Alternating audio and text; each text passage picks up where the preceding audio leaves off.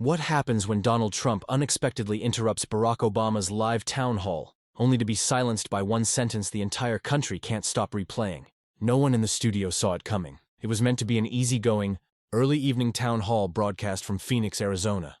A discussion on democracy, not drama. Barack Obama sat comfortably under the glow of the studio lights, his jacket undone, tie loosened just enough to signal calm control. He was mid-sentence, reflecting on the endurance of democratic institutions, when the moderator's earpiece suddenly crackled. The easy rhythm of the evening faltered. "Mr. President?" the moderator said nervously, eyes widening as he stared toward the camera. "We're being told that President Trump is calling in." The words hung in the air. A ripple of shock swept through the audience. Gasps, exchanged glances, the uneasy thrill of realizing something unprecedented was about to unfold live on national television. Behind the control room glass, producers scrambled, barking orders into headsets. The moderator looked like a man caught between history and panic. Obama, however, didn't flinch. He leaned back slightly in his chair, one hand resting on the armrest, the other brushing his chin thoughtfully. Then, with that measured composure he'd perfected over decades, he smiled faintly and said, "Put him through." The large screen above the stage flickered. Suddenly, Donald Trump's face filled the feed, his voice cutting sharply through the air like a storm breaking into still water. "Barack, I had to call in," Trump began, his tone booming. "I'm watching this, and it's a disgrace. You're talking about democracy, but under your watch, jobs vanished. Under me, we had the greatest economy ever. Everyone knows it. The best numbers in history." The audience stirred, a low hum of disbelief rippling through the rows. This wasn't politics as usual. It was live confrontation, two presidents colliding on air. Obama didn't respond right away. He let the silence breathe, eyes sweeping the room. When he finally spoke, it was with quiet humor. "Well," he said, lips curling slightly, "looks like we've got company tonight." Laughter rolled through the audience, uneasy, but grateful for the release. The tension eased for a moment, but everyone sensed what was coming next, a clash destined for viral replay. Trump, emboldened by the reaction, pushed harder. "People remember how bad it was before me. Manufacturing was dead, China was eating our lunch, and I fixed it. The numbers don't lie. Without me, this country would have collapsed. You didn't save anything, Barack, I did." The words came like bullets, loud, raw, unapologetic. He was used to overpowering rooms, drowning out opposition through sheer force. His voice carried the same bravado that had dominated headlines for years. Yet now, the crowd wasn't looking at Trump. Their eyes were on Obama. Calm, deliberate, unshaken. Would he retaliate? Would he rise to the provocation? Obama leaned forward, elbows resting on his knees, gaze steady on the camera feed. When he spoke, his tone carried that quiet authority only earned through restraint. "Mr. President," he said evenly, pausing long enough to command the room's attention, "I think the American people care less about who yells the loudest, and more about who tells them the truth." The response was instant, a surge of applause that seemed to shake the floor. The moderator exhaled audibly, trying to maintain order, but the momentum had shifted completely. Trump tried to interject, his voice rising, yet the energy had moved. The focus, the gravity, the moral center all belonged to Obama now. One man shouted, the other led, and for millions watching, the contrast was undeniable. But that viral exchange was only the surface of something deeper brewing behind closed doors. Across the country, in downtown Washington, D.C., the mood inside a particular office was anything but calm. A sleek glass conference room buzzed with low voices, not of campaigners or pundits, but of lawyers, crisis consultants, and communications tacticians. Their task, to contain the DNA leak. At the head of the table sat Raymond Hull, Melania Trump's most trusted advisor, flanked by two attorneys from a firm infamous for handling discrete political catastrophes. Before them lay a slim black folder, the leaked DNA results, its presence as ominous as a live explosive. "We've got two options," one attorney said grimly. "Discredit or distract. We can call it fake, tie it to political enemies, say it's part of a smear job against the First Lady. Or what?" Hull interrupted, tired of euphemisms. "Or," the lawyer replied, straightening his tie, "we bury it under something bigger, create noise so loud no one notices this. In D.C., people forget quickly when you hand them a new scandal." Hull rubbed his forehead. "Distraction worked, but only if perfectly timed. Act too soon and it reeked of desperation. Wait too long and the fire spread unchecked." Meanwhile, Melania herself was livid, pacing the White House residence, phone in hand, her voice cold and clipped as she ordered, "Shut it down. I don't care what it takes." Her communications director, Charlotte Winslow, stood quietly by, notepad in hand. "Ma'am," she said cautiously, "we're already seeing online chatter. It's small but growing." "Then silence it," Melania snapped. "Call editors, platform heads, whoever you have to. No one repeats this." The command sent a chill through the room. Even in a city addicted to controlling stories, her demand bordered on impossible, like trying to dam a river with bare hands. Later that night, Hull reconvened the team.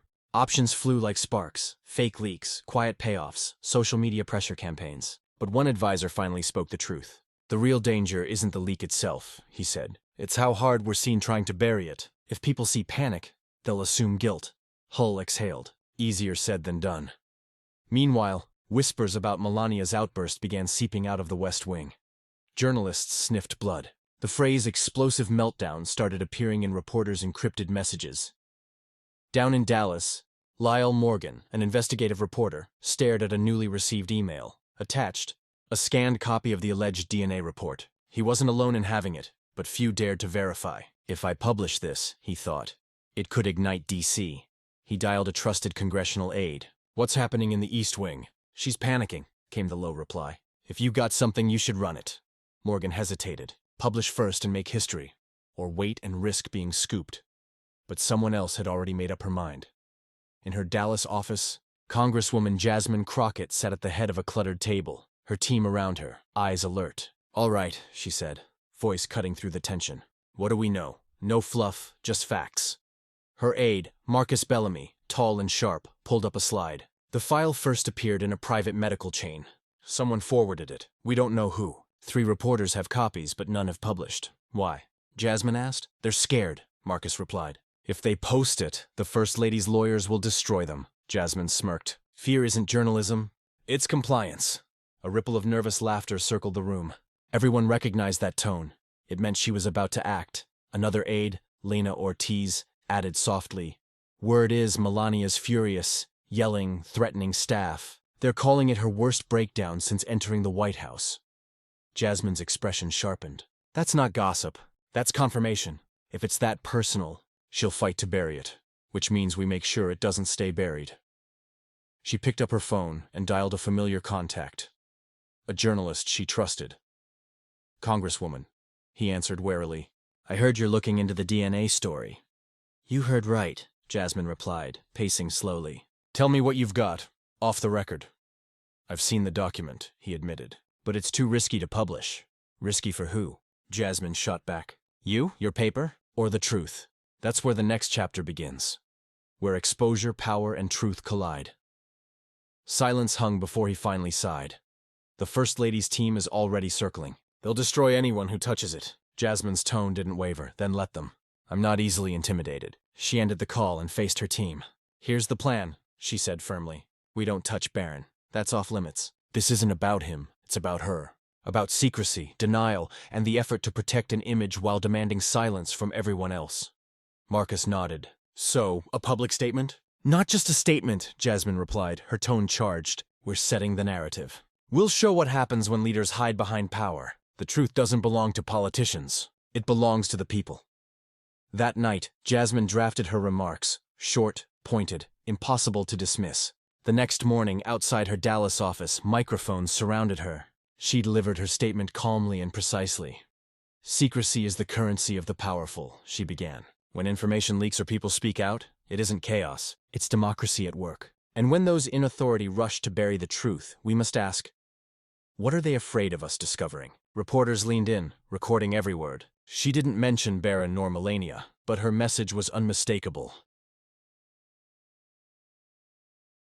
"Congresswoman Crockett," a journalist called out, "are you accusing the First Lady of a cover-up?" Jasmine's eyes met his. "If the truth makes someone uncomfortable," she said evenly, "that's their problem, not the people's." Within hours, the clip went viral. Hashtags about secrecy and transparency trended across social media.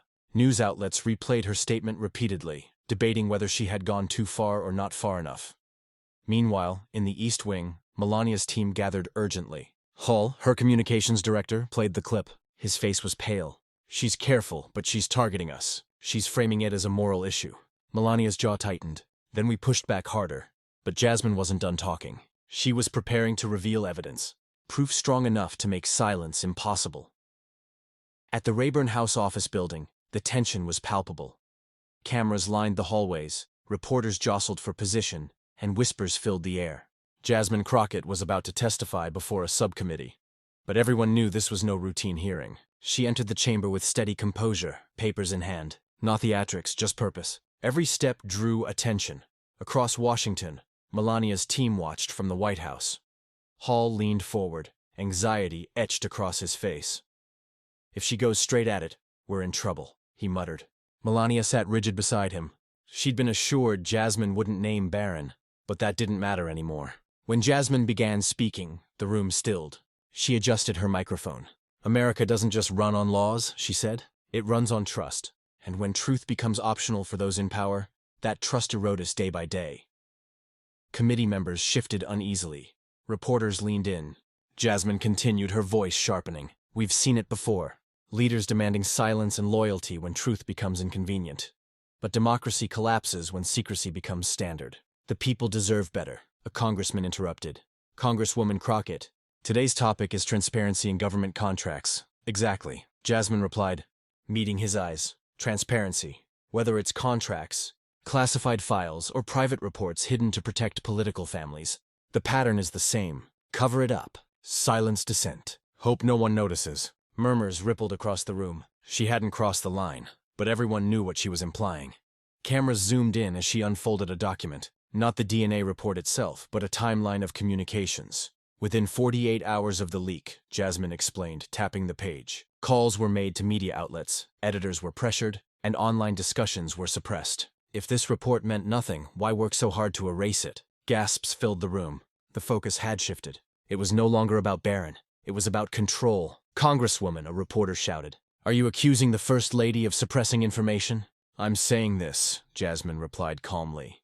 "Truth doesn't need bodyguards. If it stands on its own, let the public see it." At the White House, Melania's fist clenched. "She's exploiting this," she snapped. Hall tried to reason with her. "She's turning it into a transparency issue. If we attack, it'll look defensive." "Silence looks weak," Melania countered. Back at the hearing, Jasmine gave her closing remarks. Voice soft, but resolute. "Families should be off limits. But when secrecy becomes a weapon for power, we all lose. This isn't about one family. It's about every family that deserves honesty from its leaders." The room erupted in noise. Reporters fired questions. Members whispered urgently. Jasmine gathered her papers and left as calmly as she had arrived. Her message echoed long after she exited. She hadn't needed the DNA report. The reaction alone had become the story. By nightfall, her words dominated every network. "The truth doesn't need bodyguards" flashed across TV screens and social platforms alike. News anchors dissected every sentence. Analysts debated the fallout. At diners and living rooms across the country, Americans watched and talked. "She's right," one woman said, setting down her coffee. "If it's nothing, why the panic?" A man replied, "Because there's always something they're hiding." It wasn't about the report's validity anymore. It was about perception, and in politics, perception often matters more than fact. Social media only magnified the storm. Hashtags like Boner Truth or Cover Up and our Crockett trended for days. The controversy exploded online overnight. TikTok creators quickly edited Jasmine's comments alongside old Trump family interviews, highlighting inconsistencies and hidden truths. Even Instagram joined in, spreading memes of Melania's rumored breakdown. Dr. Red photos showed broken vases and shattered glass across the White House. The atmosphere was tense. Hall and Charlotte called an emergency meeting in the communications office. Staff looked exhausted. Loosened ties, tired eyes glued to screens. Every attempt to contain the story seemed to worsen it. Hall rubbed his forehead as Jasmine's clip played on repeat. "She never even mentioned Barron," he muttered. Yet somehow she turned it into a firestorm. She made it sound like she's standing up for people who look like her while we're the ones hiding behind curtains. Charlotte sighed. "We can't keep denying things without details. People already suspect we're covering something up. Why not just release the facts?" Melania entered quietly, her face unreadable. The room stiffened. She glanced at the screen. "This woman Crockett thinks she can use me," she said sharply. "She believes I'm weak. She doesn't know me." No one replied. Meanwhile, in Dallas, Jasmine's phone was blowing up. National networks, CNN, MSNBC, even Good Morning America wanted her on air. Her staff filled the office energized. Marcus smiled at a new poll. "Congresswoman, you're trending nationwide. Independents are calling you the voice of transparency." Approval just jumped 7 points overnight. Jasmine leaned back thoughtfully. That's good, but we have to stay focused on principle, not gossip. If this turns into a personal issue about Barron, we lose credibility. Lena nodded. So what's next? Another statement? A TV appearance? Not yet, Jasmine replied, tapping her pen. Let them chase me. The longer they wait for a comment, the more control we keep. But when I speak again, it has to hit like a hammer across the country, across America. People debated the issue in classrooms, offices, and cafes. Parents worried about their kids being pulled into politics. Workers complained about leaders twisting the truth. What most agreed on was that Jasmine had struck a nerve. Secrecy inside the White House breeds mistrust. Hall finally spoke to Melania. Madam First Lady, if we attack, we prove our point. But if we stay silent, she controls the story. We need a third option. Melania's eyes narrowed. Then create one. Outside, as cameras rolled and social media churned, the chaos only grew. Jasmine had captured the nation's attention, but Melania wasn't retreating. She was preparing to respond harder than anyone expected before Melania could act. Jasmine was already refining her message, ready for the next round. By third day, Melania's silence had become the story. News tickers asked why she hadn't responded. Opinion writers speculated about her mindset. For someone known for restraint, every quiethar looked like weakness. That morning in the East Wing, Melania's team gathered. Heavy curtains blocked the sunlight, adding to the tension. Holt stood at the table with his notes. Charlotte was surrounded by press clippings. Melania entered last, dressed in a pale suit, her face expressionless. Tell me our plan, she said. Hull began carefully. We push back but strategically. Present you first as a mother, then as the First Lady. We frame Crockett as reckless, someone willing to drag families into politics for attention. If we make this about decency, we win. Charlotte added. We've drafted a short statement. No direct mention of Crockett. Just a reminder that children should be off limits. Melania skimmed it, then set it aside. Not enough, Holes. If we go too hard, it could backfire. Crockett has public sympathy. A direct attack could look defensive. Melania leaned forward, voice steady. I'm not hiding. I'm protecting. There's a difference. She makes me look desperate. I'll show her strength. The room fell silent. Hall knew when she spoke like that. There was no changing her mind. Later that day, a camera crew entered the White House quietly. It wasn't for a public event or holiday. It was for Melania's personal response.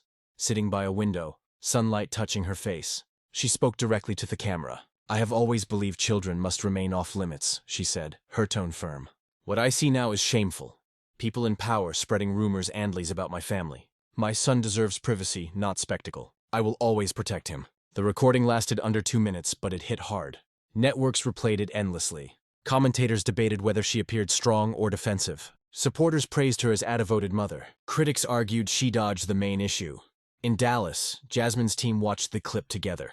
Marcus broke the silence. She's leaning into the family angle. Smart move. Makes her seem untouchable. Jasmine folded her arms.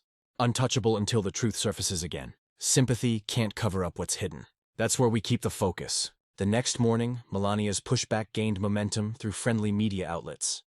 The battle for public opinion had only begun.